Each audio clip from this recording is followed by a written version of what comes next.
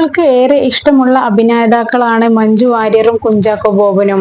സിനിമയ്ക്കപ്പുറത്ത് അടുത്ത സുഹൃത്തുക്കളാണ് ഇരുവരും. ഒന്നിച്ച് കറങ്ങി നടക്കാനും സിനിമയ്ക്ക് പോവാനും ഒക്കെ സമയം കണ്ടെത്താറുണ്ട് ഇവർ. ഒന്നിച്ചുള്ള വിശേഷങ്ങളെല്ലാം പെട്ടെന്ന് വൈറലായി മാറാറുമുണ്ട്. കുഞ്ചാക്കോ ബോബൻ നായകനായെത്തിയ ഓഫീസർ ഓൺ ഡ്യൂട്ടി കാണാനായി മഞ്ജുവും എത്തിയിരുന്നു. കുഞ്ചാക്കോ ബോബന്റെ ഭാര്യ പ്രിയയ്ക്കും മകൻ ഇസുവിനുമൊപ്പമുള്ള മഞ്ജുവിന്റെ വീഡിയോ വൈറലായിരുന്നു. സിനിമയ്ക്ക് പുറത്ത് ഇതാദ്യമായി ഇരുവരും ഒരു ചാനൽ പരിപാടിയിൽ ഒന്നിച്ച് എത്തുകയാണ്. അമൃത ടിവിയിൽ സംപ്രേഷണം ചെയ്യുന്ന നിറസല്ലാപത്തിന് വേണ്ടിയാണ് ഇവർ ഒന്നിക്കുന്നത്. പരിപാടിയുടെ പ്രൊമോ വീഡിയോയും ഇപ്പോൾ വൈറലായി കൊണ്ടിരിക്കുകയാണ്. കുഞ്ചാക്കോ ബോബനും മഞ്ജു വാര്യരും ചേർന്നുള്ള വലിയ സൗഹൃദത്തിന്റെ കഥ "ഞാനും ഈ പരിപാടിയിൽ പങ്കെടുക്കുന്നുണ്ട്" എന്നായിരുന്നു കമൽ പറഞ്ഞത്.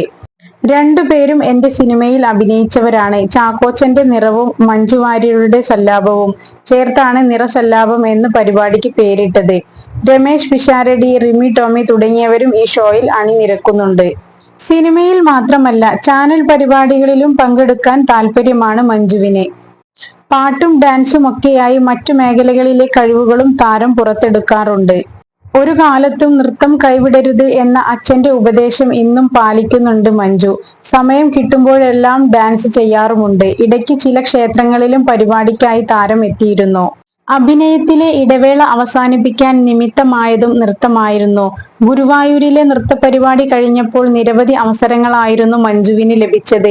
ഹൗ ഓൾഡ് ആർ യുവിൽ അഭിനയിക്കാൻ ചിലരൊക്കെ വിസമ്മതം പ്രകടിപ്പിച്ചപ്പോൾ ധൈര്യസമേതനായി ആ വേഷം ഏറ്റെടുത്തത് കുഞ്ചാക്കോ ബോബനായിരുന്നു. ഈ സിനിമ ചെയ്യരുത് എന്ന തരത്തിലുള്ള ഭീഷണി തനിക്കും വന്നിരുന്നു എന്നും അദ്ദേഹം തുറന്നു പറയുന്നു.